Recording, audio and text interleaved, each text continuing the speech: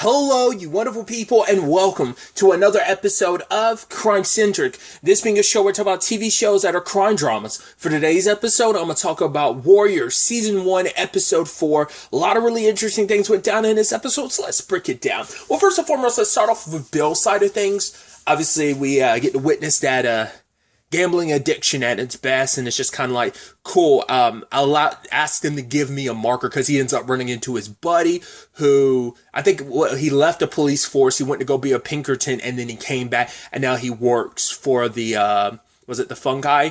And he is kind of like their bouncer, and I think it's so interesting, because he's like, right, they need to get their money. Obviously, if it's here in Chinatown, they can break as many legs, go after people wherever they want to. They can't, however, go after just like any, like, you know, that's the problem. Like, hey, if you have customers who are white people, they can just kind of go and bounce off and never come back, and you can't really get to them without suffering any ramifications, like going after them and outside of Chinatown. That's why he's like, yeah, what's his name? Like Damon, I think is what his name is. And he's like, oh, that's why they have me, because I can track you down and I can beat the ever living crap out of you, like he is to Bill. As like police officer or not, I will kill you. I will beat the crap out of you if you don't pay your debt. He's like, and I'll give you the special police thing of like, because normally we give you 2 weeks. Now you have, because I'm giving you the special police offer, you get 3 weeks to pay us back.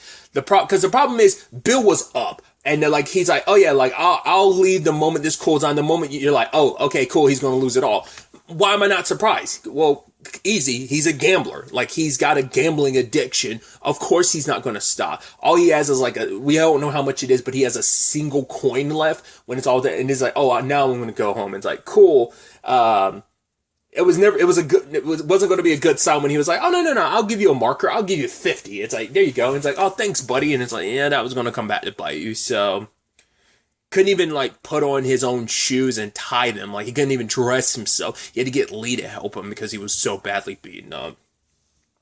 And obviously, like, everything with Bill this episode really showcases, like, he even talks about it with Lee later about, hey, I used to be a good cop at one point in time, but it's like, this situation in this place will change you. You do whatever you can to survive. Like, the fact is, he's like, we're all pawns in someone else's game. Like, us, the Chinese, like, we're all pawns in someone else's games, because he knows the political game that this is, especially because of what Buckley's doing this episode, like stoking the flames. Like, as we know, that's what Buckley wants to do.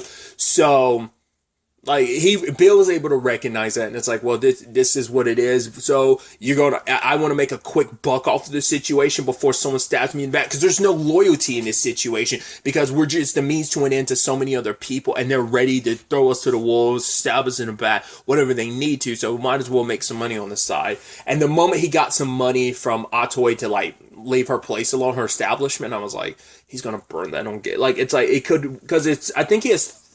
I don't know if it's everything that was in the envelope. It might have been, I think she was like, yeah, Chinese New Year's came early or something like that.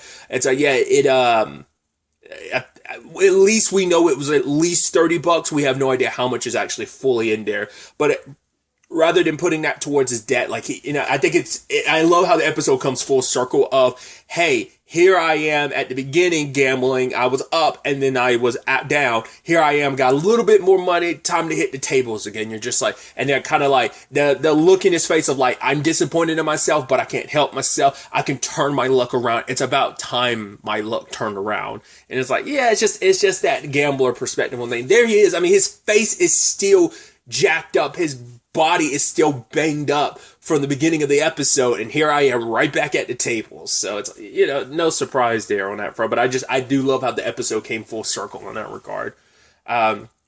The interaction between him and Lee is so interesting, because Lee comes off like, from Bill's perspective of, here you go again, coming off so sanctimonious, looking down upon me and everyone else, because Buckley sent the cops in to like raid Atoy's place to kind of to set an example. It's like, all right, because of how the trial went, we got to seem a little harsher on the. I mean, that was already the mayor's decision, but he got to like publicize it even more. Even got the papers like running it, taking photos of the officers as they're about to like cut like the braids of like these Chinese men. So one of the people ended up just shooting a guy. He was about to pick up a hatchet, but he put it down, and it's like, right, it wasn't even armed anymore, but it's like, because he was already looking for an excuse. It's like, oh, you gave me the perfect reason. And not only did he shoot the guy, he pissed on him. I'm like, cool. Atoy is going to probably most likely come after and kill you. Once again, she's definitely setting up to be like this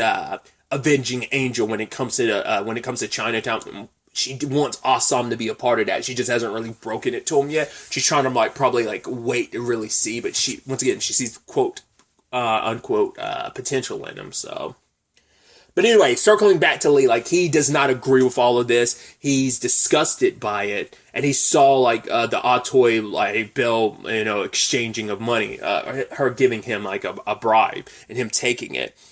And Bill does bring up an interesting point of, why are you here? You could have easily been a cop in Savannah, but why? It ain't like you went over a few states. You literally went over on the opposite side of the country. You literally went from the end of one coast. Yeah, I don't know enough Georgia's locations. I think Savannah's more inwards. I don't think it's anywhere close to the actual coast, but you get what I'm saying. You're on the East Coast, far on the East Coast, and now you're super on the West Coast. It's you literally went all the way around the country to get away from Savannah. Why? And Lee kind of doesn't say anything, and Bill's like, cool, I will mind my business if you mind yours. So we did get a glimpse of something where Lee was in bed and he rolled over, because it came up in maybe episode 2, where Bill's wife was like, oh, do you have someone waiting at home? He was like, no. And I'm like, that, just from the little we saw, I'm like, whoever it was had a tanner complexion. So I was like, interesting. Is that why you're running away from home? Is it it's considering did you bring shame upon the family or something? Especially because they're making such a point about him being in those that picture. He didn't want to be, which he is there, but he's being in there as little as possible because he's standing behind Bill, but enough of his face is showing. So I'm that's going to be significant in some regards. I guess somehow that's going to get back to Savannah, and whatever it is that Lee's running from is probably going to come back to haunt him. But like I said, it's just, I also don't know. It seemed like it was a woman's figure, but I was like, I don't know. It could easily have been a dude. So I was like, we have no idea what Lee's circumstances are. That's going to be complicated. Once again, whoever it was, it seemed like they had a more tanner complexion. So I'm like, it seems like it might be someone who definitely doesn't seem like it's a white person, but it could be. But so that's definitely going to be interesting to see how that ends up shaking out and what that kind of reveals to be, especially when Lee, being kind of the history buff he is, as Bill kind of says, of these oh, you want to cut their braids, but it's they can't go back home. It's a form of shame, and so they will never be able to go back home. It's yeah, you want to make a whole point about sending them back to their country. They literally won't be accepted back in their country because you're cutting them. You're making this whole point in the theatrics of it all. So it's it is interesting, and it's just, that's also putting because it was something that Bill was telling Lee to do. It's right, you will go, you be a good cop like me, but eventually this whole thing will tear you down. You don't really know it. He's you just keep your head low and just try to, it's right, you and once this Chinatown thing's done, we can kind of go, his original point was to be to work his way up the ranks and stuff like that, to be in a different position. But now this whole Chinatown squad was kind of put together, and so it doesn't allow for advancement in a career and stuff. But it's hey, keep your head down low. Let's try and survive this Chinatown situation. And the moment we do, we can come out of it, probably transfer over to somewhere else and kind of finally progress in our career. So keep your head low, and because the dangers of what this whole job is. But it's you don't really know how much this job is going to change you, at least not yet, but you'll see soon enough. And it's yeah, that is going to, Lee sadly probably will have to end up compromising himself and who he is and a lot of his morals and his beliefs in the wave of just everything that's coming down the pipeline. Circling back to Buckley, pushing the chief to kind of once again hit Atoy's place, and because they're trying to push it into papers and stuff like that, because once again stoking the flames as much as possible. That's why I'm still so surprised we haven't gotten Buckley and Leary in the same, like I said, maybe they've been in the same scenes, but we haven't really had them have a sit down, and Leary feels like he's the easiest pawn in this situation, but maybe, hey, he has his role to play, maybe post heightening the stuff between the Longzi and the Hopway. So maybe that has to escalate first before you bring in, like I said, there's at least these four parties like juggling everything, and everyone's a pawn and a means to an end for Buckley and what he's up to. And speaking of means to an end, we do have Chow kind of setting up an introduction for Mai Ling and the Feng Hai, and Chow's kind of like, yeah, don't mess with them. It's like I think they made a whole point of like they built the wall of China to keep them out, essentially, because they are they're Mongolian descendants. It's like, oh, they really pushed the whole, yeah, we're related to Genghis Khan, which is like, you always hear that about just like how many people are not directly, but have some blood lineage connected, because Genghis Khan was a conquering motherfucker who just like raped and pillaged a lot of places. So like that's why like you have there's quite a few people who like quite a lot of lineages that are tied to specifically him in that capacity. But it's like, yeah, these the Feng Hai represent, they were kind of like a representation of just like how crazy, like in their minds of like, you do not want to mess with them, you don't want to get in bed with them, but Mai Ling is taking this chance. And even Liang says like, oh, they're means to an end. It's like, yeah, but to whose end? Because you get in bed with them, you're asking for trouble, essentially. And it's like Mai Ling is taking too much of a gamble with this, that it's going to probably blow up in her face. It's kind of how Chow feels about it, especially considering what she did. Basically, she knew the guy they were going to, like, negotiate with wasn't going to listen, so she poisoned him and then, like, hired, like, one of the right-hand dudes who killed everyone, like, killed at least 2 people loyal to him. As like, cool, you want to negotiate? Well, I'm sitting here, I'm at the table, so I'll be the one you're negotiating with now. Chow also hooked her up with that gun, which I'll, kind of like the whole like quick draw, like wrist contraption, arm/wrist contraption. So I'm curious to see when she's definitely going to utilize that. Just don't know what in capacity yet. So that's definitely going to be interesting. I love, because Li Young, it's like, right, if we told you the truth about what we were planning, like, would you have really set up the meeting with the Feng Hai? And he's like, I would have charged more. It's like, yeah, because he has the opportunity, said he is, but it is also about like, yeah, people walking into a negotiation, some people not walking out, yeah, that messes with my reputation, because then it becomes like oh, you knew what this was. It's like, no, I didn't know it was a setup, but it's like, that's irrelevant, so it's like, you're putting me in a compromised position, because the person that Chow was going to look after more so than anyone else is himself. It's like, right, I'm a self-preservationist. I am going to do what's best for me to keep money in my pocket and keep me, like, metaphorically fat and happy, essentially. In the regards of just like, oh yeah, like, keeping my belly full and also, like,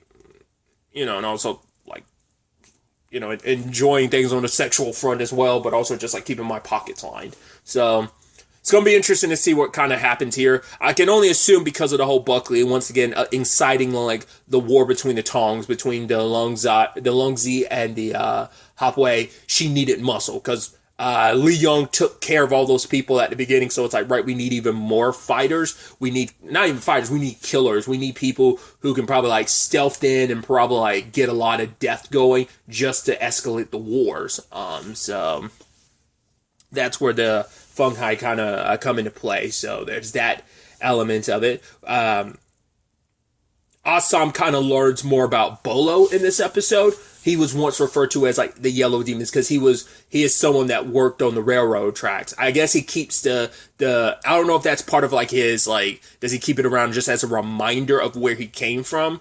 But maybe also I don't know if he utilizes it like that railroad spike. I don't know if he utilizes that as a weapon, but it might just be a constant reminder where I came from and my past. Even though it's in the past, it's not too far in the past that it's always going to be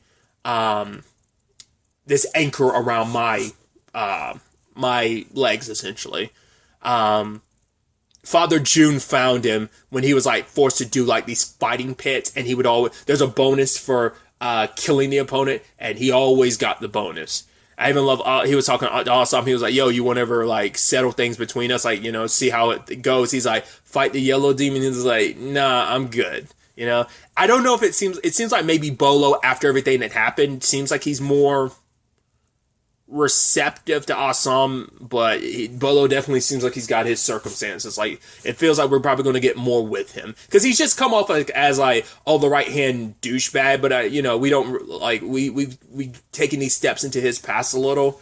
Because we still haven't touched on, like, we got to look at Chao's back a couple episodes ago and what he's been through. Once again, like, there's so many people's story, like what Atoy said about Chao, like, oh, you don't know who you're sitting across from in the bar, like, don't assume you know their story. Just like Bolo, he didn't know about Bolo's circumstances until now. So that's definitely going to be interesting to see how that plays out, especially when it's like, wait, Father June bought you were sold to him, but it's like, yo, don't get it twisted. Father June owns you just as much as he does me, and it was kind of that reality of like, yeah, we're all his. Because even young June ended up talking about how getting skinned in like Awesome did the last episode. He got skinned in himself because Father June can't show favoritism, so he got it pretty rough. And it is kind of like this neat bond that the two of them are forming, Awesome and young June, which I'm scared because, well, first and foremost, I think Awesome's going to be in a position where he's probably going to have to, especially with your sister on the other side of things, you're going to have to choose, and that's probably going to split your loyalty, because there is a thing of, yes, you are loyal to the Hopway, and they will kill you if you're disloyal, so that's going to be a complicated tightrope to walk, especially going forward. But I think there is he did find a kinship and friendship with June, because it's like, hey, you can trust me, and it's like, right, he confided in, at the bare minimum, hey, I'm here to find someone, she's dead, it's like, yeah, you came all this way and you're stuck here for someone that ended up being dead. Wasn't even really worth it. But he also told him, like, hey, he's like, it goes both ways. Can I trust you? It feels like young June he's going to stage a coup. It feels like that. Like he's going to snatch the reins from his father because he doesn't love the way his father runs things. And it's like, right, I'm my dad's like, I always I won't really have any true power until I take the reins from my father. Like, yeah, it'll eventually be mine, but maybe it's just like, nah, I want it now. I want the power now. So I'm going to potentially kill my father, and he's probably going to need someone to be his right-hand person. Especially with the Bolo of it all, because Bolo's, it's like, that loyalty was bought, and you're kind of forced, because it's like, I'm sure he has complicated feelings, because it's like, right, you saved me from my circumstances, but I'm also in your servitude forever. So maybe there's a complicated relationship between Father June and Bolo in that capacity. We'll have to wait and see, but it might be a thing of young June wants Awesome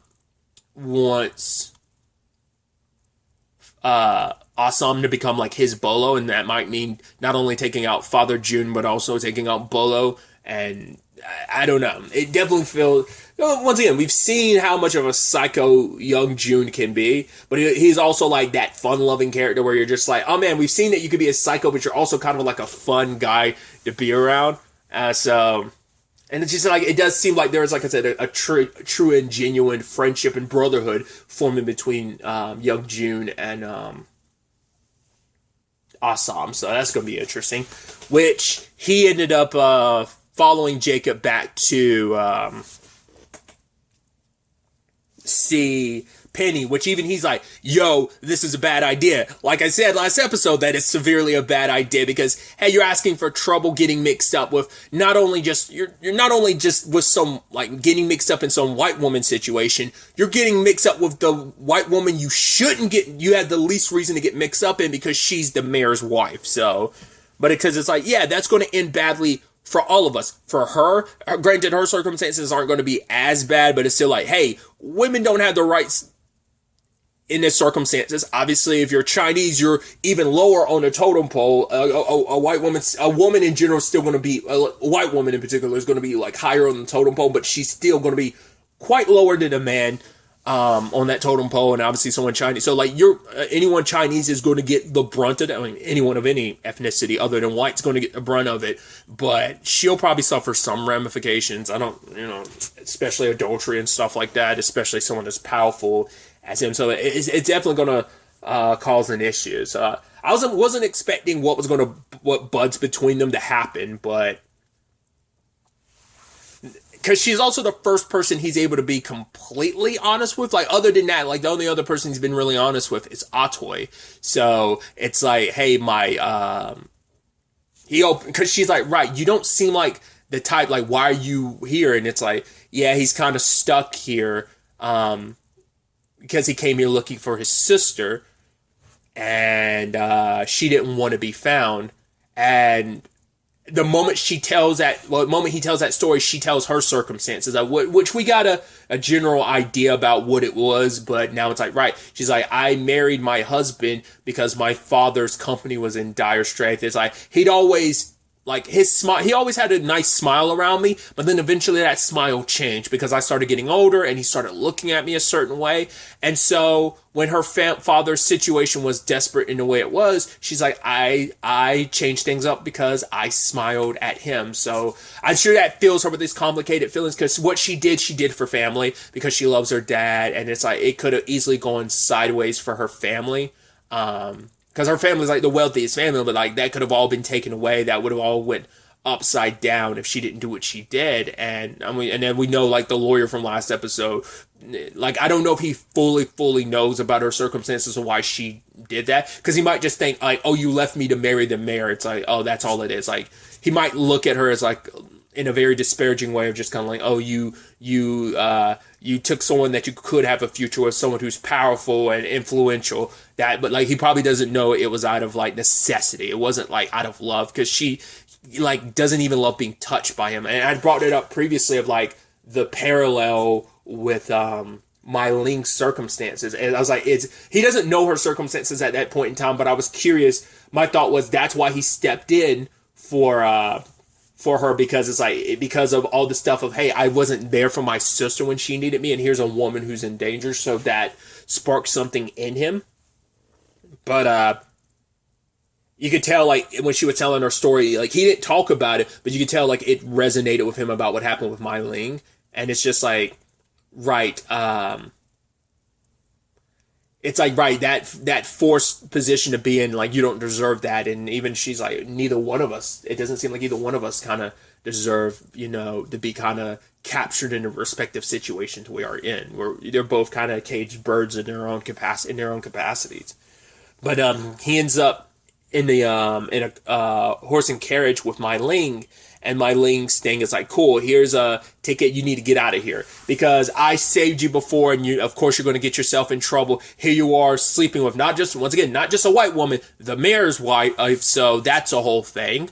But it's also about, hey, you've caused enough trouble for me. You popping up here is a problem for me. And once again, I can't have anyone knowing about us being related. The only person that knows is Li Yong, because she knows she can trust him. But when it's all said and done, it's like, right, leave here and go. But he can't leave like he wants to. It's like the Hopway he will never be able to escape, and so he knows that. But also with everything coming down the pipeline, it's like, she's like, right, there's going to be a war here. And yes, despite me having my issues with you, the fact is, you are still my brother, and I do love you, and I want you to be okay. Father couldn't have wanted you to come all the way here, but it's like, I came here to save you, not leaving without you, because it's like, come with me. But for her, it's like, I'm never going back. I'm staying here. This is an opportunity for me to forge my own destiny, rather than my destiny being, like, told and forced upon me by someone else. But for Assam, it's like, you are right. And she's like, what? He's like, I'm sorry. You should have never married Sung Young because of me, and I had to live with that. Like, I should have fought to protect you. Like, I think that really, like, especially you add in hearing Penelope's circumstances really. Did I call her Penny or Penelope earlier, or did I get her name wrong? I'm now wondering about that. Well, I'm correcting it now if I got it wrong. I don't remember now. But, hearing Penelope and Penny's story, it just, like I said, it draws so many parallels of Mai Ling that it probably brought that even more so. Like, I am sorry I failed you as your brother. I should have protected you, and I didn't before. But I'm not going to make that mistake again. I'm here now, and I will do something. I won't let history repeat itself. And you can tell it strikes a chord with Mylene, because regardless of her pushing her brother away, I think there's a part of her that like that, but is also scared of like, yeah, but you, in your attempt to protect me, what's going to happen to you? So it's that complicated thing of like, she is trying to push him away, trying to distance herself. I can't protect you. But hearing you say that, I think it's like, it's what she wanted to hear before. It's what she needed before and didn't get. And now it's like, right, you... Because she was also so certain, because she was like, right, I know who my brother is. My brother's going to run away. She was so certain of that, which, yeah, he tried to leave, but that didn't work out. But now it's like, no, I'm doubling down. I have an out. I'm not going to go. I'm going to stay. Like, if you're going to stay, then I'm going to stay. I'm going to see this through, and I will protect you no matter what comes down the pipeline. So it's definitely going to be interesting as Awesome ends up playing. He's going to end up having to play both sides of this. I was halfway expecting young June to pop up at the end there, being like, oh, so what were you up to? But it's like, yeah, he still probably had eyes on Awesome, and Awesome just doesn't realize it or something. Like, maybe that'll be a conversation that comes up in the next episode or so, but I'm curious to see where things kind of develop on that front. Like, like, young June is probably going to be the first one to kind of find out about that, because it's like, yeah, you just happen to leave and kind of disappear like all the time. So either he's going to find out about the whole situation with Penelope or Mylene, or both, which neither one is a circumstance you want. Young June is like more trustworthy, but you don't want anyone from the Hop way. Xiao, I think he'll keep his mouth shut. Atoy is going to keep her mouth shut about it, but like Father June, if he finds out, that's going to be an issue. I think young June would keep it. Like, I think he'd keep his mouth shut too. So, we'll just have to wait and see how that all develops. I'm really interested to ultimately see where all of this ends up taking us going forward into the next episode. But really, that's all I wanted to talk about. Till the next time we meet, be happy, be safe, live life to the fullest, and enjoy it. Good day, and good